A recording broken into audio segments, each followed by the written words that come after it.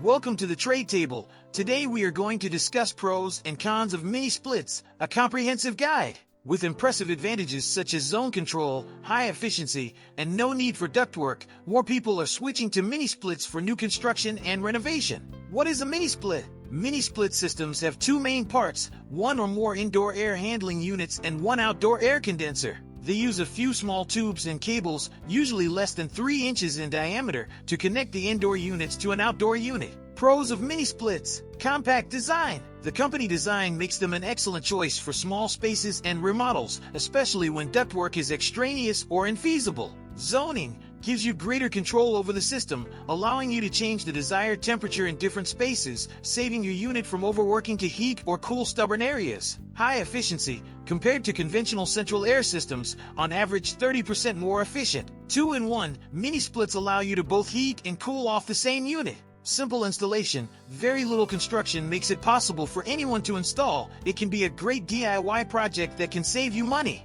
Quieter. Mini splits relegate their noise to the outside condensing unit. Cons of mini splits: costs. More rooms mean more indoor units, so upfront expenses can be relatively high.